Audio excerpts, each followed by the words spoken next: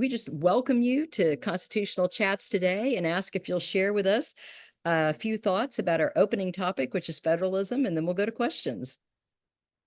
Thank you so much, Kathy. It's such a pleasure to be with you all. It's a pleasure, Janine, to get to spend these few moments with you. I have been with Constituting America since its beginning, and I have been impressed with all the good work that you've done and the ways that you've grown through the years. And I think today's discussion is in some ways emblematic of the seriousness with which you've undertaken the work and the good that it is able to do, and to remind us of the meaning of federalism, which is perhaps one of the most critical moments in our history, at least in the modern era, is timely and well suited to our needs of the day.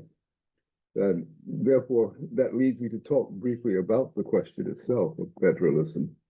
We have received a tradition of thinking in federalism in terms of what is often called states' rights. And that has been in some ways inappropriate characterization of the meaning of federalism in our constitutional structure.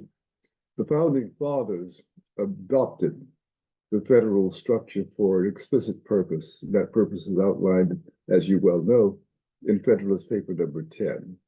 And that is the defense of the idea of the extended republic, the large republic, against the theory that republicanism required to take place only in a small territory, and largely focused on what we might think of as direct democracy, i.e., direct majority rule. So that federalism has more to do with what Alexander Hamilton called in 1777 representative democracy. And the underlying question of federalism is, how do you construct representative democracy? The answer to that puzzling question turned out to be by creating decentralized government to the fullest extent possible, while nevertheless preserving national integrity. So I want you to keep those two things in mind: national integrity and decentralized government. As people sometimes make the mistake of thinking national integrity requires absolute power. But the founders came to the conclusion that it does not require absolute power. It rather reposes in an organization of power sufficient to build in checks and balances that will assure stability in government, and above all, social and political stability in the population at large, which means emphasizing, therefore, local authority, the right of people to judge as far as possible for themselves how they're going to live their lives. It is, in a way, another way of saying we're going to realize the true meaning and purpose of self-government. And so you might treat federalism as a term or synecdoche for the term self-government. That is what it literally means. It has less to do with claimed privileges or processes than it has to do with enabling people at their levels closest to themselves, their homes where they live, and their communities, to direct their own lives. And this, therefore, is why it is so important to us. And I would suggest, therefore, that in thinking about it, we want to think not only about the theoretical foundations of it, as those are expressed in some of the classical writings, whether of philosophers of the Enlightenment or among the founding fathers on both sides of the debate, Federalists and anti-Federalists. But we also want to think about it in terms of the specific commitments in the 10th, 9th, and 10th Amendments to the U.S. Constitution. For those enshrine constitutionally the essence of what federalism means. So that would be the overview I would provide, and I'd be most pleased if our conversation this afternoon could tease out those various lines of connection. Well, thank you so much. We really appreciate your opening comments, and I love that way to look at federalism. That's really interesting. And I'm going to turn it over to Tova for questions. Hi, thank you so much for that succinct but really informative introduction. In scrolling through some notes, I found this quote from Montesquieu that stood out to me, that said that the tyranny of the few is the most dangerous and oppressive tyranny and is more formidable by being escorted by the laws. And so I was curious if you could expand a bit on this, and talk about the difference between the tyranny of the few versus the tyranny of the many, and how the founders conceptualized this and protected against both ends of the spectrum through federalism and the checks and balances. Well, you invoke Montesquieu, and that's not inappropriate, Ms. Catlin, because the whole purpose of Montesquieu's Spirit of the Laws is to establish the true meaning of politics. And that is to say, procedures to limit power. We often mistake that in the modern world because social scientists beginning in the 20th century defined politics as power. And they defined the control of government as having monopoly on the use of power. But in fact, the very meaning of politics itself in the anthropology suggested by Montesquieu in Spirit of the Laws is that politics is what came into being to put an end to unchecked power. For in the original communities of human beings, those that grew out of families and extended families, there emerged an exploitation of the resources thus made available. And so people could see the advantage of having an organized community that gave them the ability to attain power not only on those within the community, but others outside the community. And that power grew into despotism, absolute power. Politics was a response to absolute power. So politics generically must be understood as the way to limit power. And why do we want to limit power? Because there are certain fundamental human goods, I call them the cardinal human goods, and they are outlined successively in the Spirit of the Laws. And those are virtue, liberty, justice, and constitutionalism. And they emerge in that order. Now, the reason I underscore those here is because you see it ends with constitutionalism. And the question is, what then does constitutionalism mean? Now that we know it comes into being in order to assure virtue, liberty, and justice, what does it mean?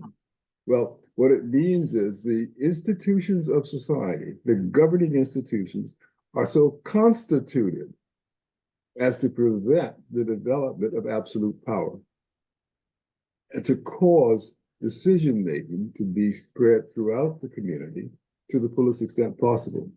I'll give you one example of that. When Montesquieu discusses the judicial power, he reposes all authority to decide the fate of individuals in what he calls in the French judges, juges. But what he means by that in the 11th book of the Spirit of the Laws, jurors, juries.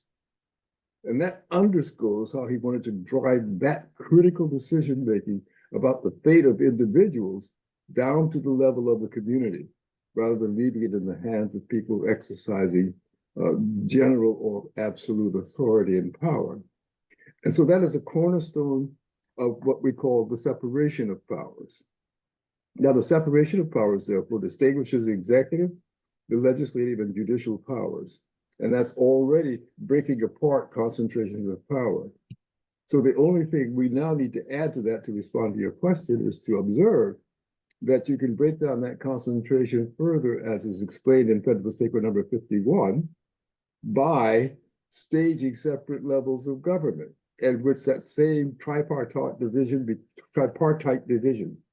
among the kinds of power is also distinguished vertically as well as horizontally. And federalism, therefore, becomes part of the overall structure. It is not something in and of itself standing alone. It's part of a comprehensive structure designed to limit government, to guarantee self-government, and to empower local communities. And this is what Montesquieu aimed at.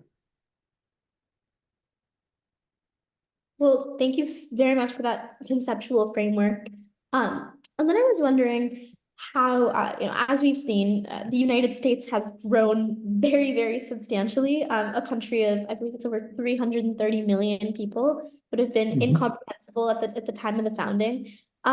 So could you talk about how the growth of the United States affects the ability of federalism to function? I mean, some might argue that with so many people, you need a stronger national authority. Others might argue the opposite, that, with such a big and diverse population, federalism is actually more important, because you need a way for the different voices and interests to live together in one country while also maintaining their interests. What's your take on that debate? Well, you've answered the question very well, just imposing it. I can almost just repeat what you said to give you the response. But I will tell you what I said in my book on the commentary on the Federalist Papers. The goal in our founding era was to create political homogeneity so that everyone appealed to the same standard of justice. That's political homogeneity in a context of diversity of interest. And so how do you create political homogeneity in the context of diversity of interest? You assure that people resolve their conflicts by the rule of law, appealing to a single standard of authority, but retain the ability to access the authorities at the various levels of the community that are appropriate for the decisions to be made. And therefore, those who point to the size of the nation in trying to determine whether federalism is acceptable or not are actually describing the very conditions that require federalism. Because it's large, and because you cannot get a majority consistently expressed over a large population without working it through a refining process, then you need to have the instrumentalities of federalism and social coordination to achieve that. That's why Madison in Federalist number 10 referred to this as refining and enlarging the public sentiments. That you can't take them raw as mere expressions of will as in a Gallup poll. It must be put through procedures that allow people to discover the points of intersection, the ways to coordinate and even compromise in order to arrive at what Federalist 51 calls a just majority. So the goal is to have majority rule, but majority rule which is accomplished through a complex process that teases out all the opportunities for injustice, leaving only the prospects of justice remaining. Now, those who want to make the argument on the other side that it's so large that federalism is no longer workable because we cannot get that concentrated force of the national power to solve the great existential crises, as they like to tell us in the times in which we now live, the answer seems to be fairly straightforward. That the few who would make the decisions in moments of great existential crises are incapable, incompetent to make decisions that respond to the needs of such a complex society. Unless they can draw forth those decisions from the deliberative engagement of the community as a whole, it's guaranteed the decisions are going to have exogenous and counterproductive consequences that are harmful to most people. And therefore, as a mere matter of prudence, of practical utility, it's best to avoid concentrated power if you really want to solve a problem.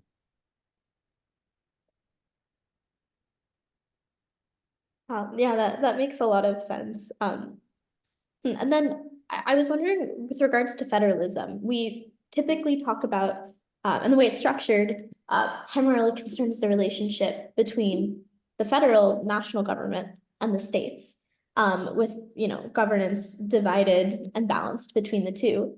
But the United States has increasingly urbanized, to the point where the majority of the US population a big percentage lives within cities or urban areas.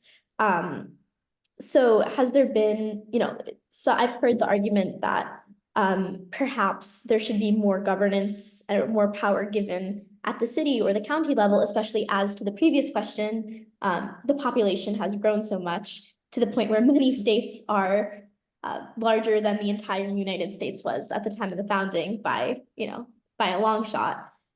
So what's your opinion on power being given at the city and local level? Could that be an extension of the pro-federalism argument, or is there something fundamental about the state as a level of government in and of itself? Well, my first response to your question is counterintuitive. That the solution to the problems you identified is not more power, but less power. It is not so much that we need to give power to local communities or to states as opposed to the federal government, as that we ought to avoid people resorting to power to solve the difficulties in communities. And we should be relying more on, to the extent possible, collective engagement through deliberative processes in the communities at large. And that means community by community. That's not creating more power. That's simply relying upon people who already have power to exercise that power. There are a lot of counterintuitive and inappropriate understandings of our constitutional system. One of them shows up, for example, in the area of federal Indian law, where the Congress, with Supreme Court support from the 19th century, claims plenary power over Indian tribes. Well, now the word plenary means full and complete. And it is a contradiction in terms to say Congress with respect to anything that it has full and complete power, since the whole purpose of the Constitution is to limit power. No one in the Constitution is assigned full and complete power. And so claims of full and complete power are always unconstitutional claims. And that will be true whether we're talking of Indian law or of other forms of law and engagement in our communities across the country. I can illustrate this for you another way, since you're sitting in Prague at the moment, which I think is one of the most beautiful cities on earth, by the way. And I spent time there just as the people of Czechoslovakia were reforming their governments after escaping the rule of Soviet tyranny. And they were holding constitutional deliberations, and I was fortunate enough to participate in some of those sessions, counseling and advising them.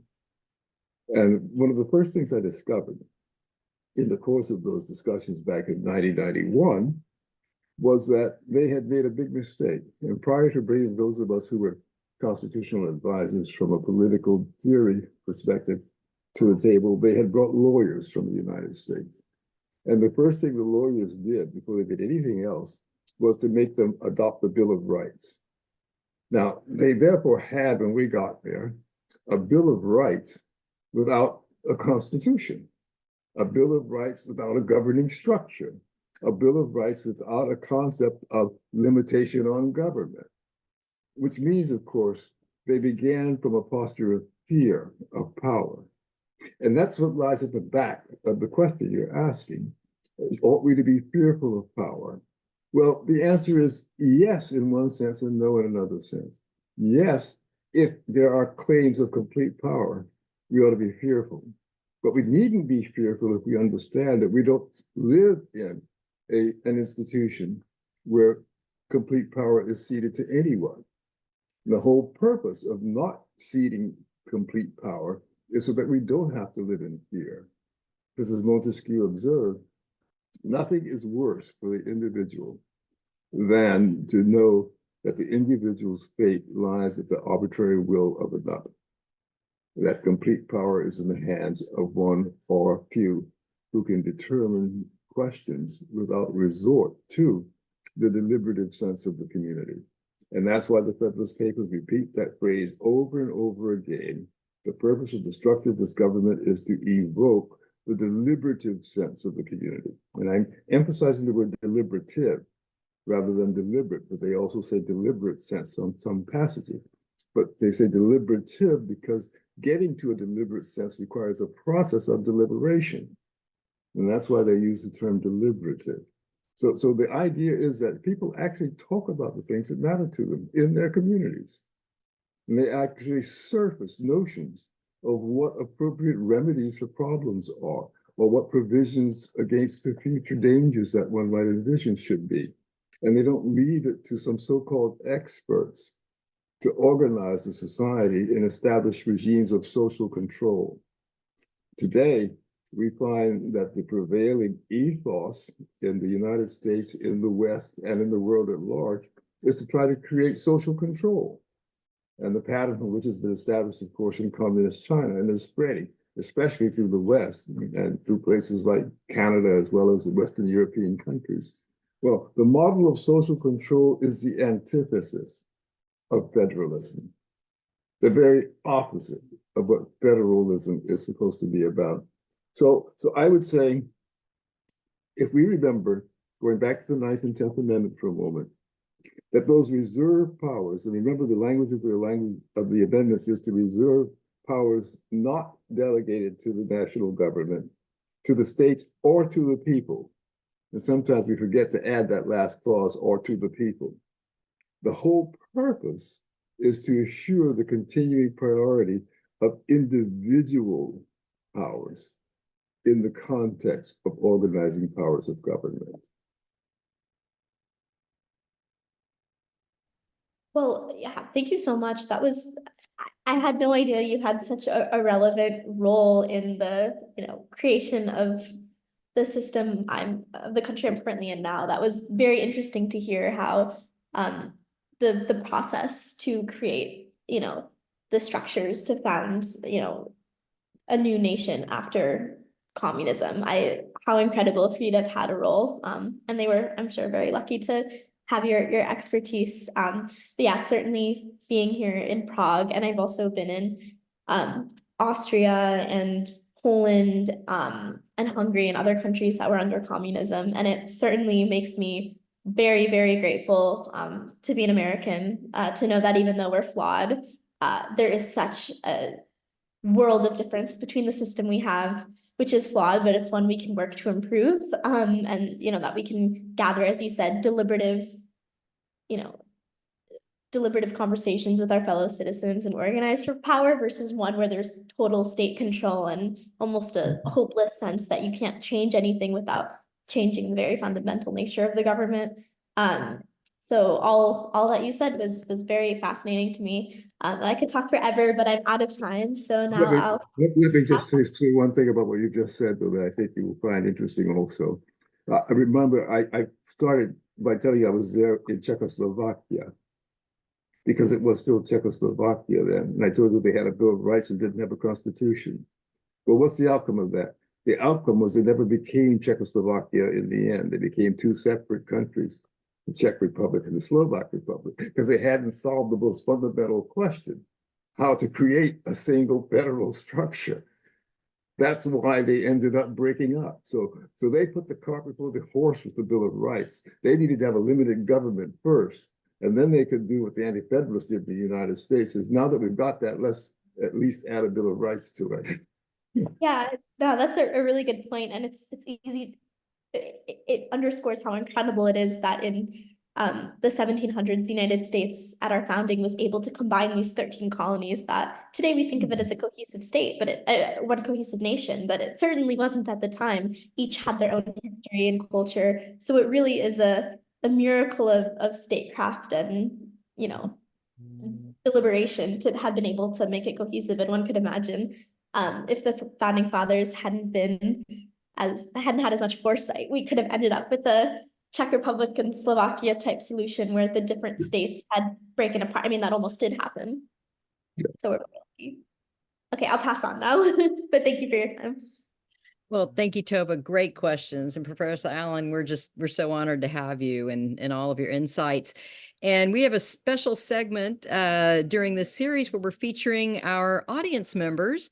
And we're so excited to have with us on camera today, Kenyon Wanas. And Kenyon is 15 years old. He's been homeschooled his whole life. He's a brown belt martial artist and has the rank of star in Boy Scouts. He absolutely loves freedom and is on a mission to help people work with the environment to promote supporting healthy ecosystems in the environment. And Kenyon, I think you're on the audience on almost every one of our constitutional chats. We see you every week. We know your mom, Cammie, who's got a great website to help homeschool families called thefreedomscholar.com. And we want to welcome you. And I want to ask you, first of all, because this is our Celebrate America series, and we're talking today about federalism, why do you think that federalism is worthy of part of our Celebrate America series and celebrating America? Well, thank you for having me on today. And I think that, first off, and answer your question, I think that federalism is an important thing to celebrate because it's one of the key cornerstones of our American system, and it's one of the things that's helped support freedom throughout this country's history. So I think that celebrating federalism as well as an integral part of freedom is an important thing. That's a great answer. And I wanted to ask if you have a question for Professor Allen. I do actually. Thank you for being on, Professor Allen. And So, I wanted to ask you, over the course of our country's history, and if we compare from the early days of America, like 1800s, to today, there's been more powers taken on by the federal government from then and now.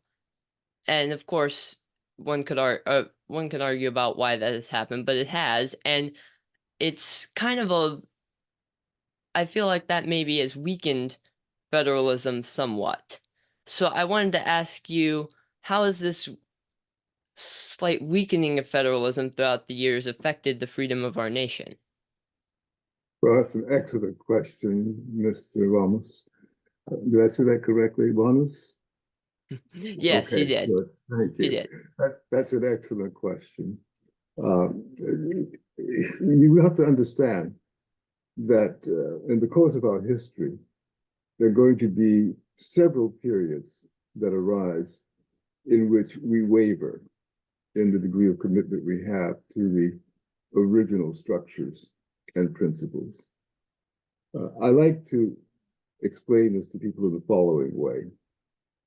If you think of the Constitution not as a document or a theory, but more as the statement of an agreement, a settlement among parties who have differences but decide to come together contractually, in effect, to settle their differences and to describe the framework within which they're going to go on with their lives, binding themselves consistently to live according to the settlement, the arrangements they set up for deciding questions. That's the settlement I'm talking about. Well, from time to time, historically, the commitment to that arrangement for settling questions is going to get weaker under the pressure of events. We saw that certainly leading up to the Civil War, where some decided they perhaps wanted to opt out of that agreement, opt out of that arrangement, because things from their perspective needed to be radically changed to satisfy their goals. The trouble is, for them to opt out meant they had to give up what was promised to them. Like any normal contract, you can't just walk away from it without losing something.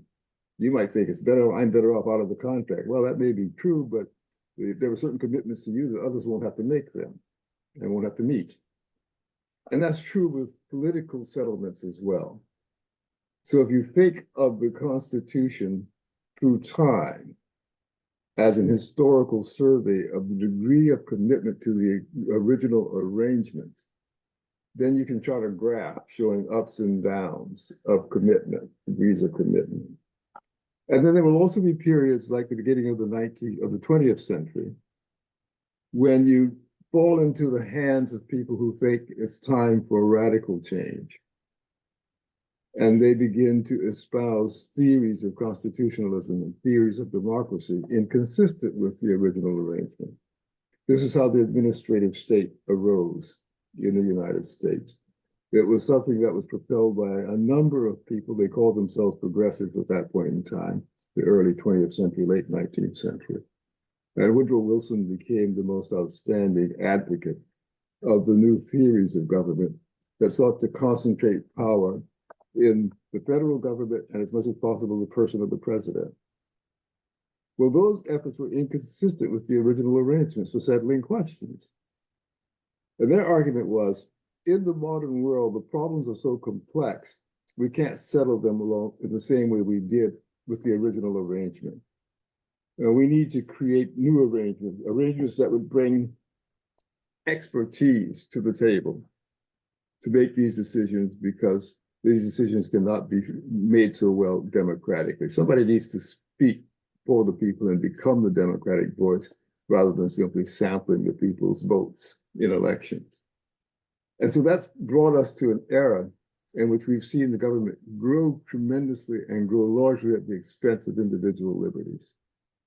There was a very important 10th Amendment case recently decided by the Supreme Court, recently, the last 20 years, about someone who committed a crime, a murder, in fact, and who was therefore prosecuted federally using international norms and treaties and seeing the crime in effect as a violation of the national commitment of the United States to ensure the safety of foreigners, diplomats, et cetera, et cetera. But it turns out that the particular crime was an interfamily crime, so a family dispute. The Supreme Court said, well, you just can't take a private crime and turn it into a federal offense. This has had to be handled by local communities. And so they upheld the 10th Amendment and reserved that right to try that to the local community, no matter what they thought the implications were for international relations or the reputation of the federal government. And this is true across the board. If you're thinking about things like the Chevron case, the Chevron case involves a decision some 40 years ago in which the Supreme Court said, we will defer to the regulatory agencies to make the rules for American citizens rather than second guessing them. The court won't second guess and ask whether it's constitutional. Well, we see now that that's up for review again at the Supreme Court because some people have meaningfully said that abandons the 10th Amendment. You can't just turn over power to administrators who are not accountable. That's Congress delegating authority which the Constitution assigned to Congress and for which Congress is responsible. And moreover, it intrudes on local authorities in ways that are not constitutionally permissible.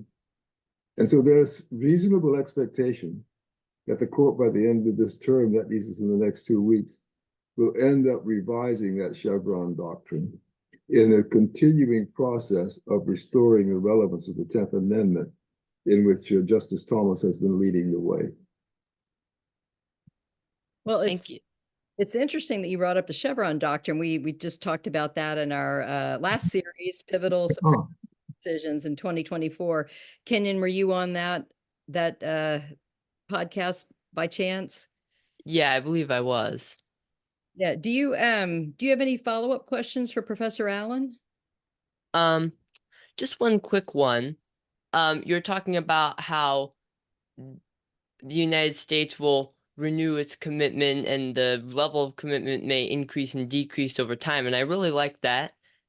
I just wanted to ask you, how can we increase, what are the ways we can increase our commitment right now? Oh, what a wonderful question. You're very on top of it this afternoon. Thank you. It is a constant necessity in this country for the people to insist upon their rights. And I don't mean the way you see in the streets of protest when I speak of insisting upon their rights. I mean insisting upon having the opportunity to make decisions for themselves, and rather than having the government impose it on them. Now, you know, we just lived through this with the pandemic and a great deal of the emergency regulation, much of which was inconsistent with the original constitutional commitments. And it was very important for people to stand up in the midst of that and say no. Now, many lost their jobs in the military, for example, or in some city jurisdictions, and some private corporations. But the point is that at least those few who had the courage to say no were reinforcing what the American system is supposed to do, which is to enable individual citizens to defend the opportunities to decide for themselves the course of their lives. And so the most important thing we can do now is to continue to insist upon that, to let it be known that we do not sacrifice our authority for the sake of someone's claimed expertise. Thank you. That was very interesting. And thank you, Kenyon. It was so great to get to meet you in person. Thank you for being in our audience every week. And thank you to your mom for all she does to help homeschool families. And we're just really glad you're with us today. It's a pleasure. Thank you. We're going to go to Janine, but before we do, I just want to give a quick shout out to Karen James at Landrum Middle School and Spring Branch ISD with 28 students watching, and Pat Watkins at Destiny Christian School in Oklahoma with between 30 and 40 students watching. So we want to give a shout out to both those classrooms. If you're a student or a teacher watching and we didn't give you a shout out, type your name in the Q&A and we'll be sure and do that. Janine, I'm going to turn it over to you. Yay! Hi. Well, Kenyon did a wonderful job. That's so exciting that we can have audience members on, and I also think it gives us great hope in the future of America that the #2 answer to our audience quiz about how they wanted to celebrate America, they actually said federalism. So I'm really excited about that because I think so many people think of America as just this homogeneous nation and one person. We just need to vote for our president. So it's very exciting that I think that federalism. So kudos to you, all of our fabulous friends out there that watch our show every week. Okay, Dr. Allen, you're so amazing. I would say mesmerizing is a really good way of describing you, because to listen to you is an intellectual treat. So I'm going to try to follow. And some of the things that people said, I think what you talked about, how Czechoslovakia and how they did not have a Bill of Rights. I believe we were talking about Czechoslovakia. I was driving, but I think that's correct. And that they floundered because they didn't do what we did. And then I paralleled that with our adjuncted in the whole my fascination, which is between the Federalist and the Anti-Federalist. And you talked a lot about in the beginning about deliberation. I heard you say the word deliberation a lot. And that deliberation between the Federalists and Anti-Federalists, which maybe had been actually reversed, it was, but that's a whole nother thing. But if they hadn't had that deliberation, I'm curious your thoughts. I mean, we wouldn't have had the Bill of Rights. And not only that, I think that I really loved hearing what you had to say about the COVID narrative, and that it was wonderful that people stood up and weren't just going to acquiesce to the experts. You don't hear that very often anywhere. And it was really wonderful to hear that here, and that it really is important to be able to speak up, but then to have the freedom to be able to speak up. So what's my question? And then you said something else that's really interesting. It was quick and kind of off the cuff, but you were talking about communism and then something that's happening in the Western states and Canada. So I really want to know what you meant by that. And then I guess, what are your thoughts about the fact that this deliberation that the Federalists and Anti-Federalists had really has kept the Union strong, and that deliberative process that the two of them had? How can we correlate that today? So those are my two questions. Well, very good. I don't know if I can get through all of them, Janine, but I will do my best. I better start at the latter end of your questions, the one about what I meant when I referred to the program of social control being trotted out around the world today. And so you asked what's going on in Canada. Well, there's legislation pending in Canada that's been proposed by the Prime Minister. And it is to criminalize thought, ultimately, using the excuse of protecting children. And therefore looking for expressions, especially on the internet, but any expressions that might be thought dangerous to children. They're creating an administrative system for judging individuals based on allegations of inappropriate thinking, the expression of ideas that are regarded as inappropriate. And that administrative judge has the power. This is not judicial process. The administrative judge has the power in this proposed legislation to assess a $50,000 fine on anyone the administrative judge finds guilty of holding improper thoughts. And to assure that this can work, they built an incentive for other people to inform on them. Because out of the 50,000, the informer would get 20,000 for anyone found guilty. Now, that's a structure that's designed to create social control.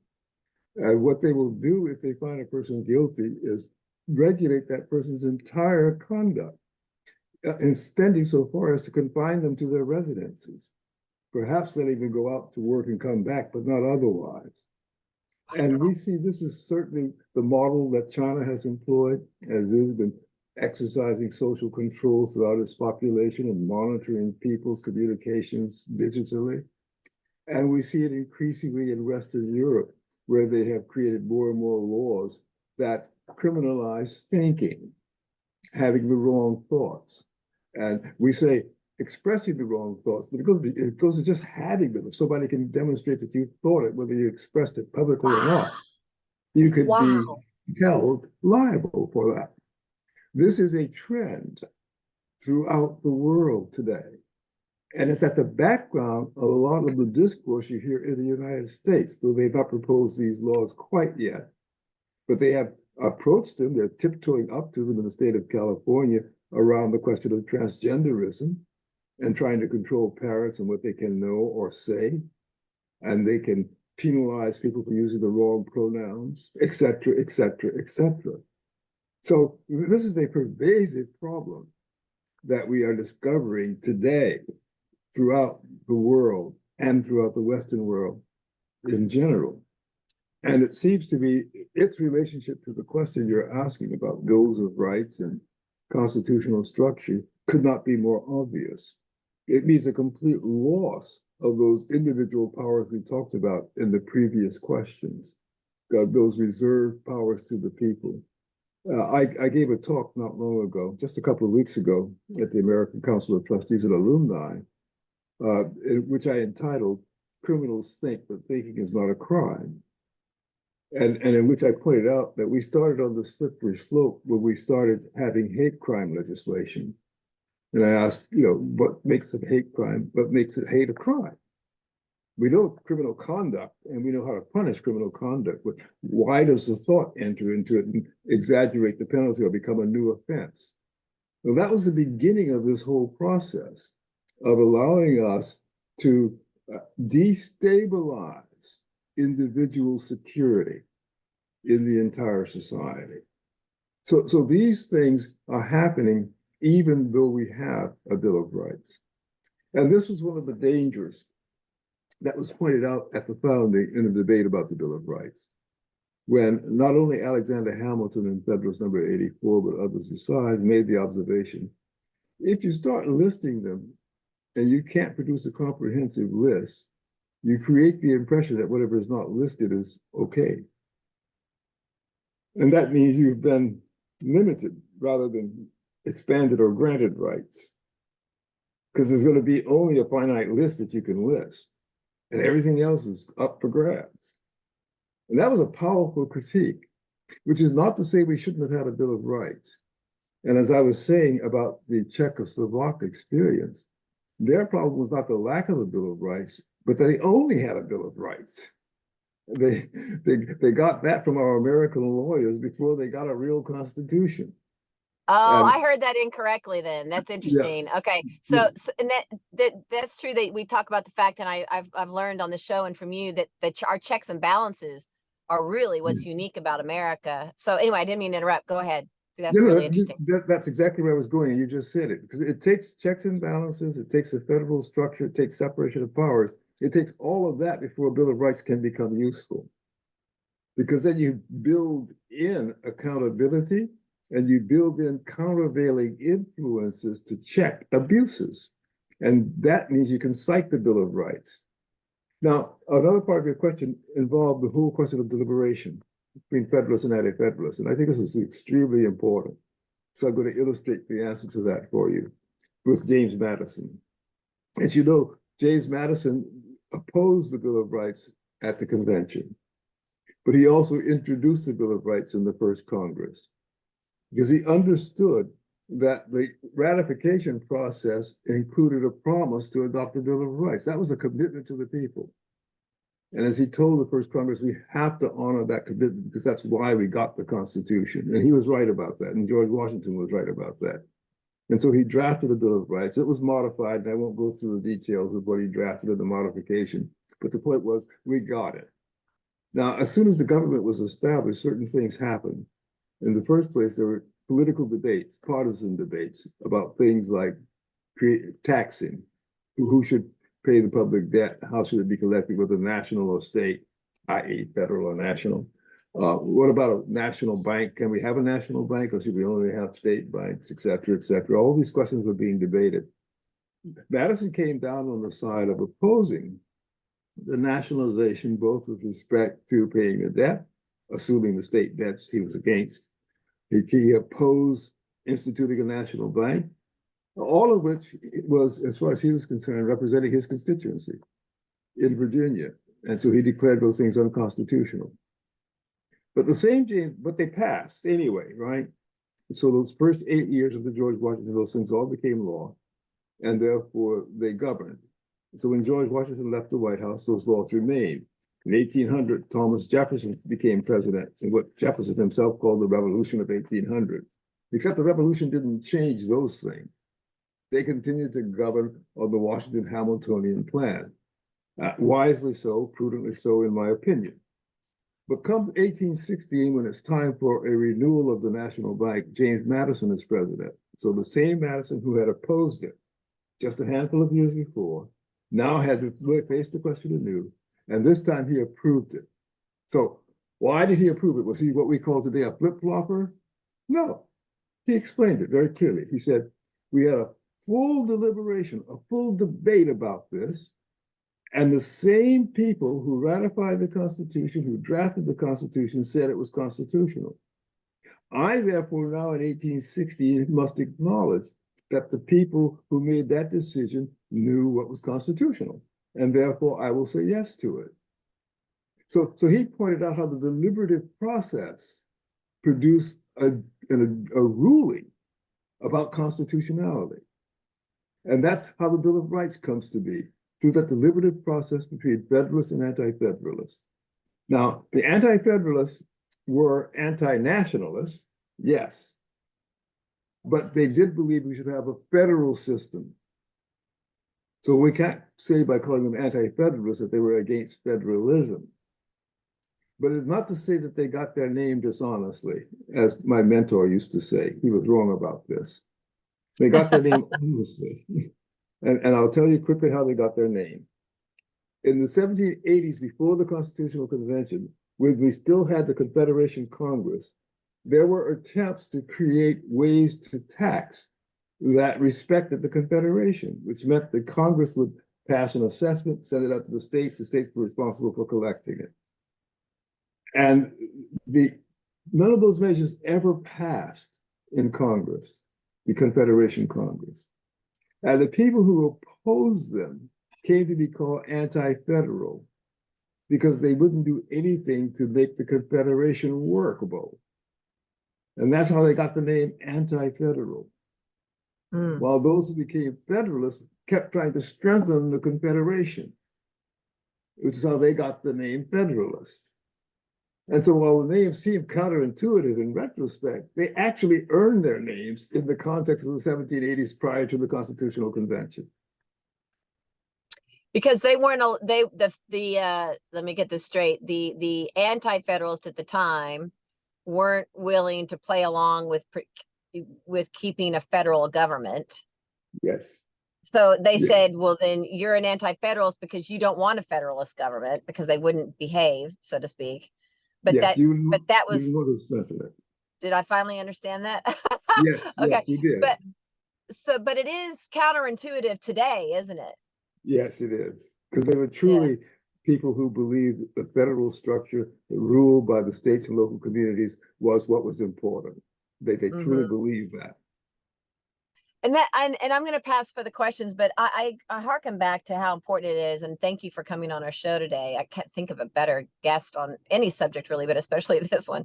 But it's just so important that our rising students and people in our country are an educated populace about federalism and why it matters, that the states and the checks, because it all goes back to the checks and balances that one has on, it's just a check on power. And I just think there's a lack of understanding about this in our populace today. And anyway, I'm glad we can shed some light on it. Yeah, I have to agree with you that we have a tendency to want to slide into taking any momentary expression of public sentiment and wanting immediately to turn it into public law, public policy. And our whole system is designed to prevent that, because that Mhm. usually is a disastrous rush to judgment that creates real problems. Mhm. And people are It's impatient with it. they wanted it to be slow, actually, didn't they? So everybody could deliberate. Yes, exactly. Okay, I'm Exactly. gonna pass back to Kathy. Thank you so much, Dr. Allen. Thank you so much. Well, thank And you. I love your book. I love your book. We should do it. I already said that we should plug the book again. It's a wonderful book. So thank all of your Great. books. But I'm Thank currently you. reading the Anti-Federalist one. So thank you. All righty. Thank you, Janine. And we want to thank our listeners on Las Vegas's KKVV 1060 AM. KKVV airs these constitutional chats on Monday evenings at 6 p.m. Pacific. So thank you to everyone who's tuning in Las Vegas. Professor Allen, we have got an audience member who is asking, how do you think the 17th Amendment affected federalism? And our audience member even explains the 17th Amendment, reminding us that this is the amendment to the Constitution that changed the method of electing senators. Prior to this amendment, the state legislature appointed the senators, but with the passage of the 17th Amendment, senators were elected directly by the people. What are your thoughts on that? I've gone back and forth over many years on that question. And in my maturity, I've come to the conclusion it didn't make much of a difference. And part of the reason for that is fairly straightforward. The system had become increasingly democratic before the 17th Amendment. It was operating in such a way that state senators did not look very different from state representatives or state delegates. Indeed, sometimes they were almost a continuous function, a continuous body. And I think that they're being elected but in a statewide vote only facilitated a process that was happening de facto already. Now, this is all prior to something that was much more important than the 17th Amendment, and that was the Supreme Court decision in Baker versus Carr in 1962, the one man, one vote rule, that changed the way districts could be designed to sustain either state houses or state senates, and eradicated the distinction between urban and rural, so that the principles of representation became attenuated as a consequence of that. Insisting equal populations meant blurring those lines of distinction between quite different interests. And so the interests no longer had voices, particularly in the senates of the states, that they had previously had.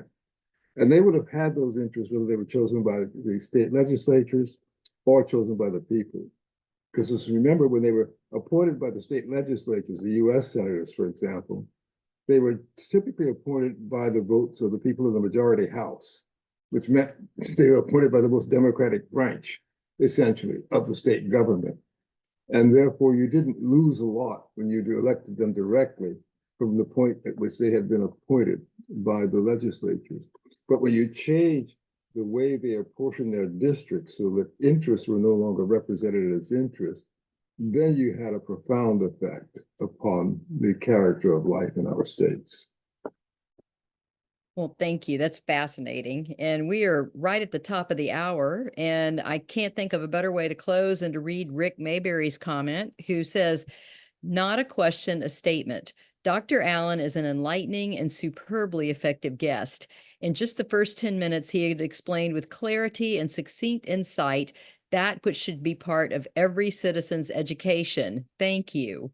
So, Dr. Allen, Rick Mayberry also goes on to say, "I feel like my citizen IQ went up by 30 points." So definitely have several new members of your fan club today.